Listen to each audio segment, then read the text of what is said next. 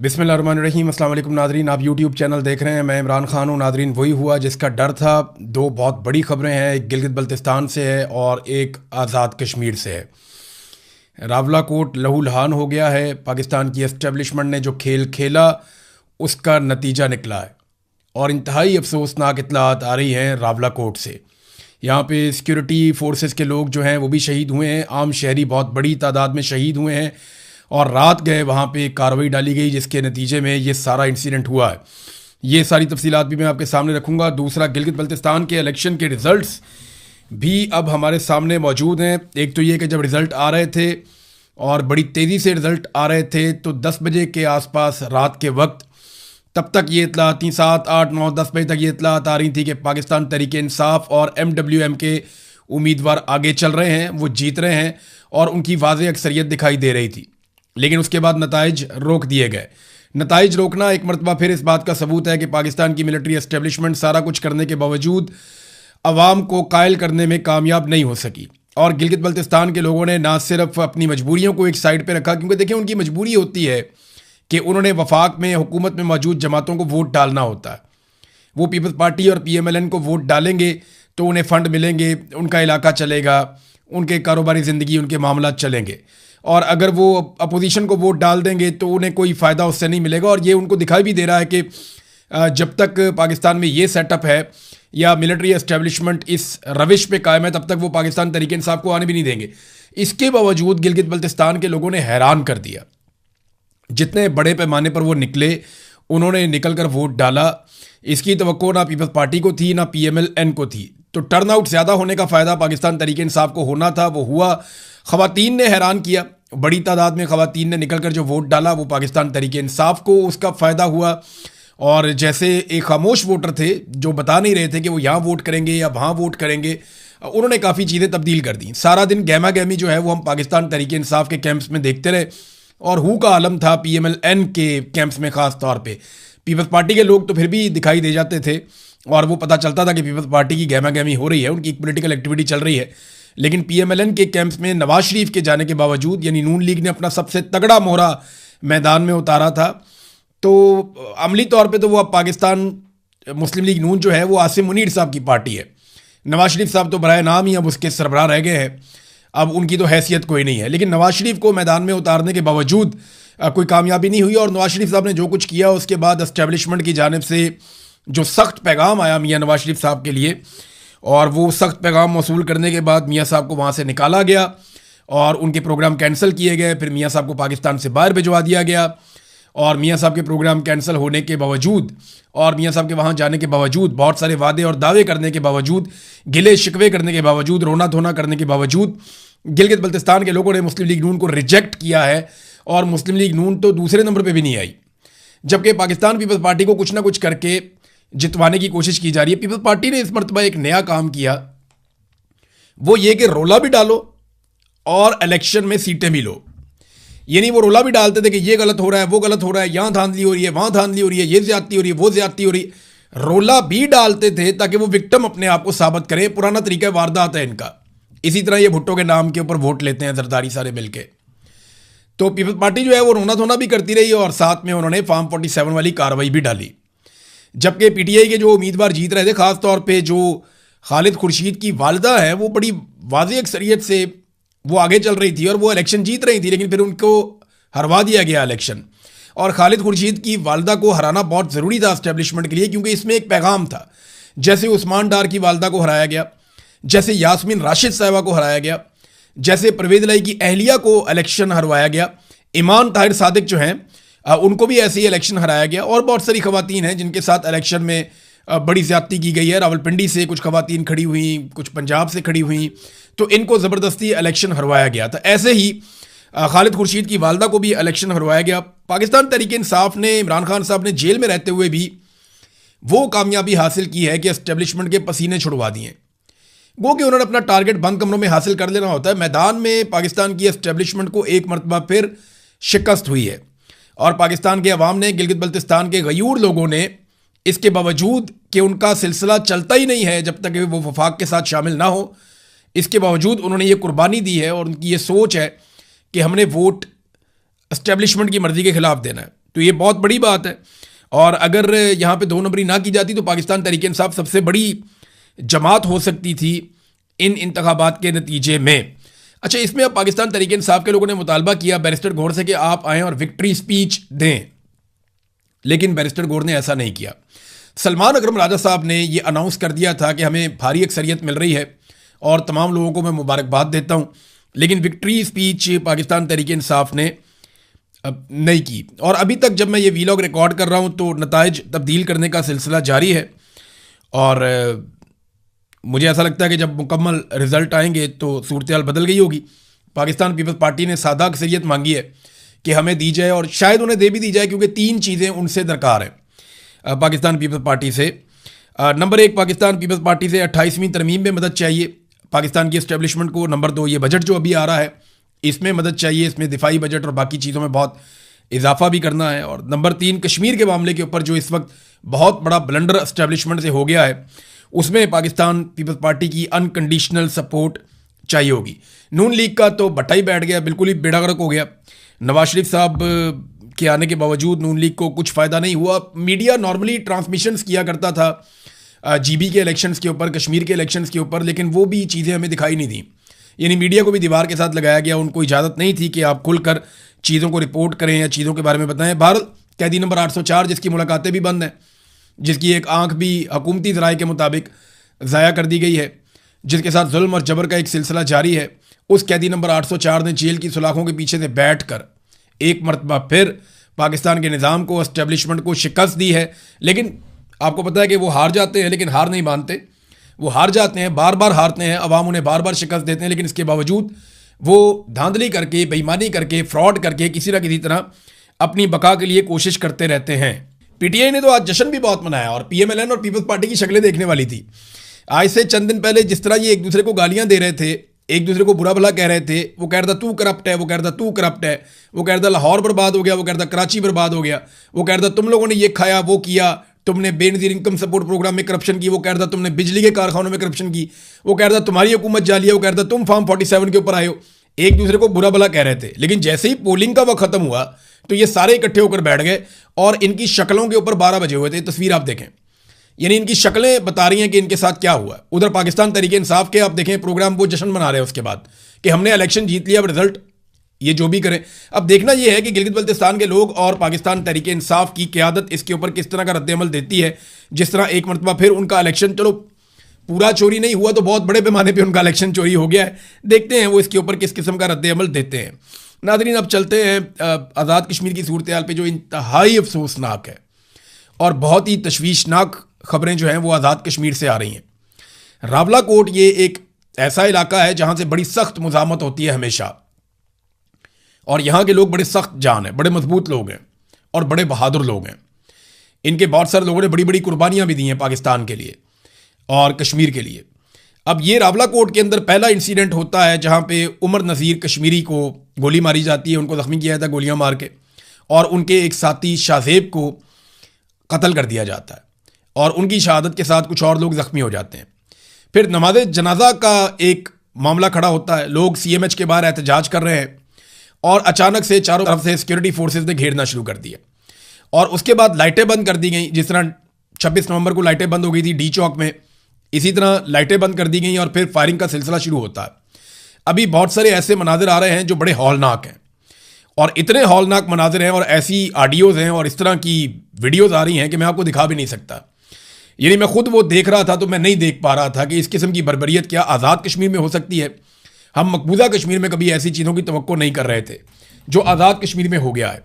अहमद फरहाद साहब की टाइमलाइन से मैं एक चीज़ आपको पढ़ के सुनाता हूँ, क्योंकि उनका ताल्लुक कश्मीर से है और डायरेक्टली उनके बहुत सारे दोस्त उस एहतजाज में वहाँ पे शामिल हैं। तो वो बताते हैं कि रावलाकोट से जिन मकामी लोगों और सहाफ़ियों से बात हुई और जिन दर्जनों लोगों के मैसेजेस मुझे मिले, उनके मुताबिक हज़ारों मुजाहिरीन पर 1 घंटे से ज़ायद जारी रहने वाले ऑपरेशन में खुदकार हथियारों से शदीद फायरिंग की गई। ये बहुत सारे मैसेजेस मुझे भी आए हैं, बहुत सारी वीडियोज़ भी आई हैं और मैं हैरान हो रहा था उन्हें देखकर। अहमद फरहाद उन्हीं की बात कर रहे हैं शायद। उन्होंने कहा जी खुदकार हथियारों से शदीद फायरिंग की गई है, जबकि इस दौरान मुसलसल हेलीकॉप्टर भी फ़िज़ा में परवाज करते रहे हैं। ऐनी शाहिदीन के मुताबिक धरने के मुकाम पर उस वक्त दर्जनों शदीद ज़ख्मी मौजूद हैं, जिन्हें उठाने वालों को भी सीधी गोलियां मारी जा रही हैं और जिनमें से अक्सर के बारे में यह खदशा जाहिर किया गया है कि वो मर चुके हैं। बात करने वालों ने यह भी दावा किया है कि ऑपरेशन में हेलीकॉप्टर का भी इस्तेमाल किया गया, जबकि ऑपरेशन के बाद लाशें भी गायब की जा रही हैं। ये वो गैर मुसद्दका इतलात हैं जो तवातर से मुख्तलिफ लोगों की जानिब से मुझे मिली हैं और मुख्तलिफ सोशल मीडिया प्लेटफॉर्म्स और ग्रुप्स में शेयर हो रही हैं, लेकिन चूंकि मैं वहाँ मौजूद नहीं, लिहाजा किसी खबर की तस्दीक नहीं कर सकता। फिर उन्होंने बताया कि दिल्ली इंतजामिया से रब्ता करने की कोशिश की, वो कुछ और सहाफ़ियों ने भी कोशिश की, लेकिन उनकी तरफ से मौक़िफ़ कोई नहीं आया।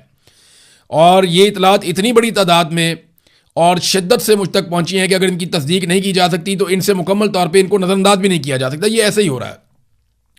वीडियोज आ रही है, इंफॉर्मेशन आ रही है, जो लोग वहाँ मौजूद हैं वो क्लेम कर रहे हैं कि दर्जनों लोगों को गोलियां लग गई हैं और वो 20 से ज़्यादा शहादतों का क्लेम कर रहे हैं। उनका दावा है कि इससे ज़्यादा लोग शहीद हो गए। मैं बड़ा मोहतात होकर आपको ये नंबर बता रहा हूँ।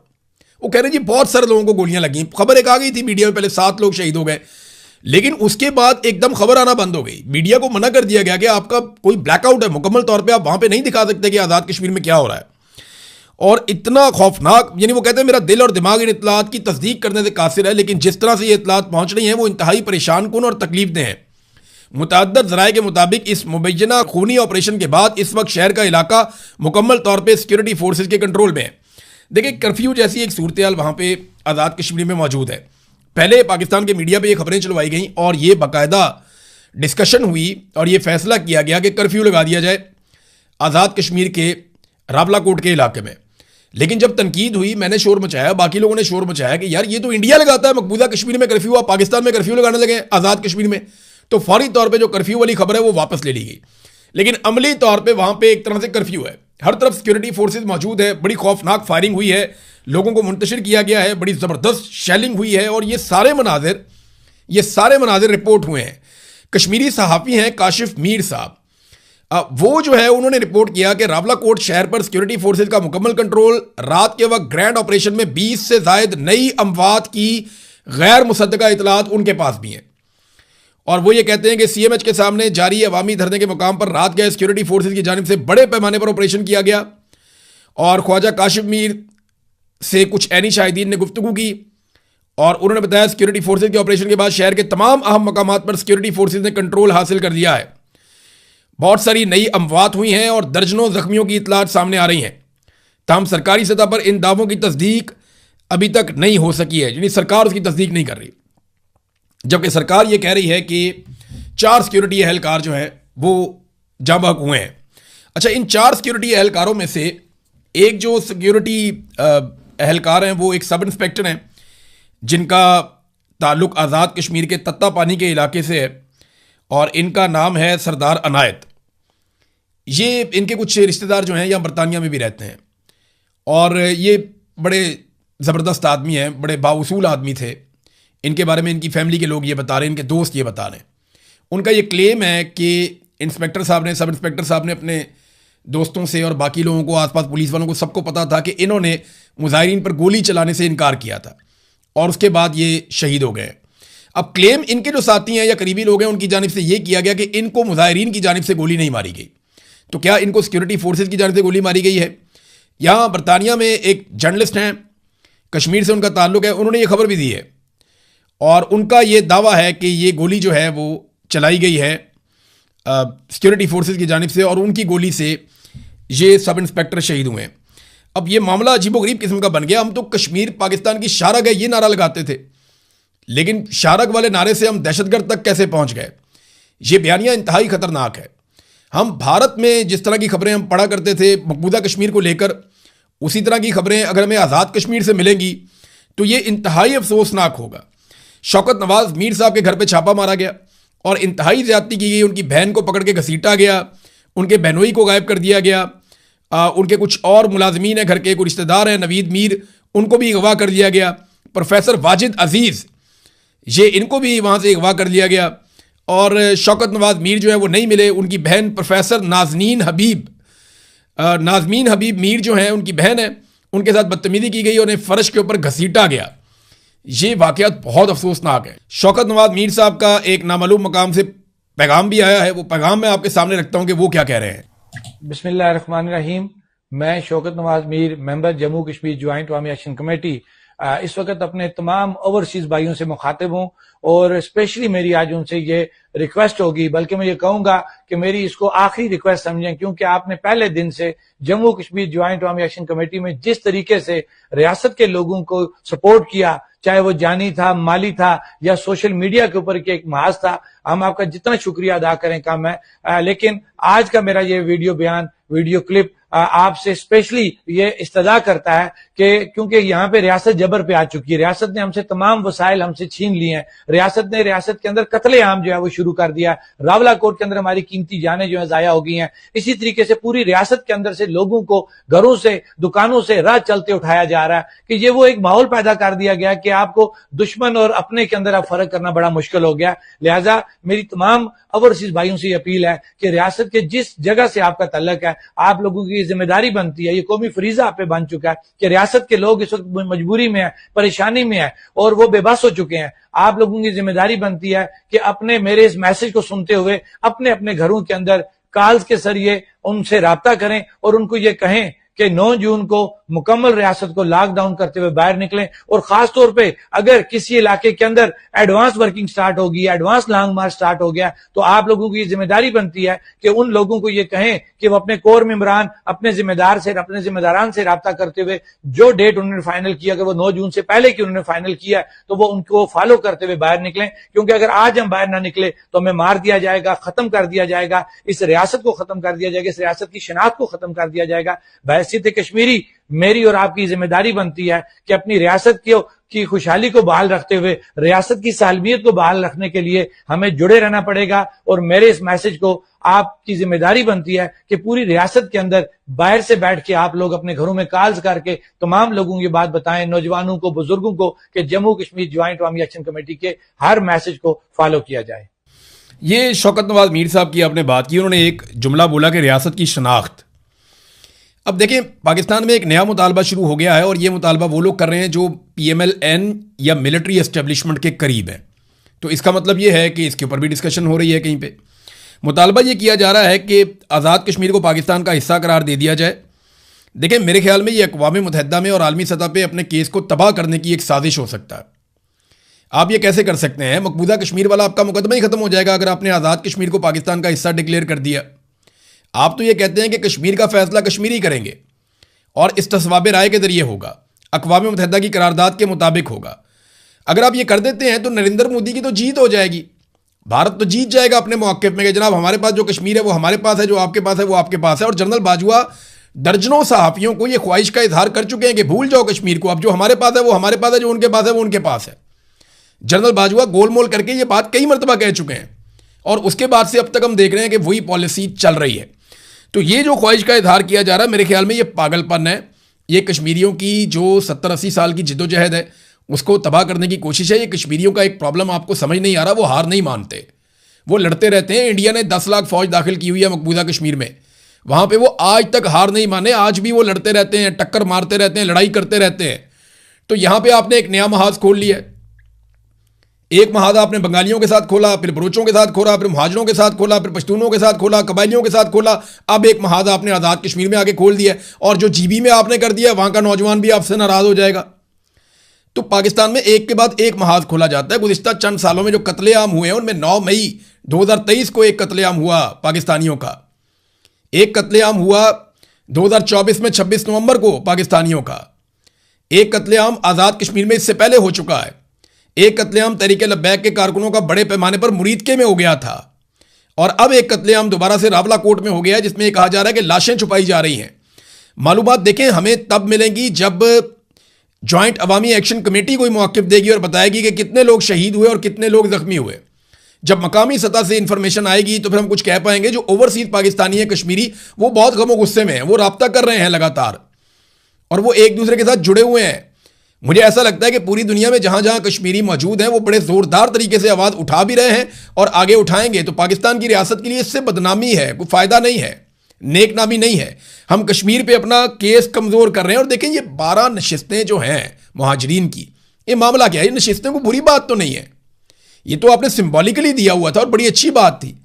लेकिन इन नशिस्तों को पाकिस्तान की एस्टेब्लिशमेंट ने जिस तरीके से हुकूमतें गिराने और बनाने के लिए इस्तेमाल किया, जिस तरह से अपनी कठपुतली सरकार बनाने के लिए हमेशा इन नशिस्तों को इस्तेमाल किया, इन नशिस्तों के गलत इस्तेमाल ने इनको खत्म करने का मुतालबा शुरू करवा दिया। अब वो कहते हैं इनको खत्म करो भाई, इनका हमेशा गलत इस्तेमाल किया जाता है। हमने नेक नियति थी कि शामिल करें, लेकिन आपने जो हमारे साथ किया, पीठ में बार बार खंजर घोंपा, बार बार आपने हमारी हुकूमतें गिराई और बनाई इन्हीं 12 कठपुतलियों के जरिए से, तो इनको खत्म करें। अब उनका मुतालबा जायज लगता है, क्योंकि इस्तेमाल आपने उस चीज का इंतहाई गलत किया, और वो गलत इस्तेमाल की वजह से हम यहां पे खड़े हुए हैं। आपको मैं एक चीज दिखाता हूं, ये देखें जरा, आप ये डाटा देखें। अभी जो आज़ाद कश्मीर में वज़ीर ख़जाना पेशावर से, वज़ीर ट्रांसपोर्ट रावलपिंडी से, वज़ीर जंगलात नारोवाल से, वज़ीर खुराक गुजरात से, स्पोर्ट्स का जो है वो मुल्तान से, वज़ीर मजहबी उमूर और औकाफ रावलपिंडी से है, वज़ीर सनत व तजारत और मजदूरों की बहबूद, ये वजारतें जो हैं ये आपके अटक से हैं। फिर वज़ीर इन्वायरमेंट जो है वो लाहौर से है। अब मुझे आप बताएं ना कि सारे वज़ीर उठा के आपने मुख्तलिफ शहरों से या पंजाब से आपने, या एक आधा पेशावर से, आपने वो सारे वज़ीर उठा के आपने वहाँ लगाए हुए अहम तरीन वजारतों के ऊपर आज़ाद कश्मीर में। तो ये कठपुतलियों के ज़रिए से पूरे निज़ाम को कंट्रोल किया जा रहा है। ताहिर अशरफी ने एक चैलेंज दिया। अब ये मैदान में हमेशा जब भी एस्टेब्लिशमेंट किसी मामले में आती है तो ताहिर अशरफी को फ़ौरन मैदान में उतारा जाता है। ताहिर अशरफी ने चैलेंज दिया कि जनाब आप जाके इलेक्शन लड़ें, एक्शन कमेटी का मौक़िफ़ इतना मजबूत है तो इलेक्शन में जाएँ और जीत कर आएँ। ये वो आदमी चैलेंज कर रहा है जिसने अपनी पूरी ज़िंदगी में कोई इलेक्शन नहीं लड़ा और ना ये लड़ सकता है। ताहिर अशरफी साहब काउंसलर का इलेक्शन नहीं लड़ सकते, और ये एक्शन कमेटी जैसी बड़ी अवामी ताकत को ये कह रहे हैं कि जाओ और जाके इलेक्शन लड़ो। अंदाज़ा करें कि क्या पिद्दी और क्या पिद्दी का छोड़वा। ये जब भी एस्टेब्लिशमेंट किसी के सर पे हाथ रखती है ना, तो वो उछल उछल के जैसे बातें करते हैं, लोग, मैं हैरान होता हूँ। अब नादरीन, ये इंतहाई अफसोसनाक खबरें और वाक़यात हैं। इनकी तस्दीक जैसे जैसे होगी हम आपके साथ शेयर करेंगे, और आज दिन में बहुत सारी चीज़ें हमारे सामने आएंगी। शाम तक हमें वेट करना पड़ेगा। कुछ इंटरनेशनल फ्रंट पे बहुत बड़ी बड़ी खबरें हैं, लेकिन पाकिस्तान में जो हो रहा है, अब क्या कहा जाए। तो एक तो जीबी का पूरा रिजल्ट आने दें और उस पर पीटीआई का मौक़िफ़ आने दें, या जो उम्मीदवार जिनके साथ ज्यादती हुई उनका मौक़िफ़ आने दें, और फिर जो रावला कोर्ट में हुआ वो पूरी कहानी खुलने दें। रात के अंधेरे में जो किया गया, दिन की रोशनी में पता तो चलेगा ना। हम आपके सामने रखेंगे। अब तक के लिए इतने, अपना ख्याल रखिएगा, अपने इस चैनल का भी। अल्लाह हाफ़िज़।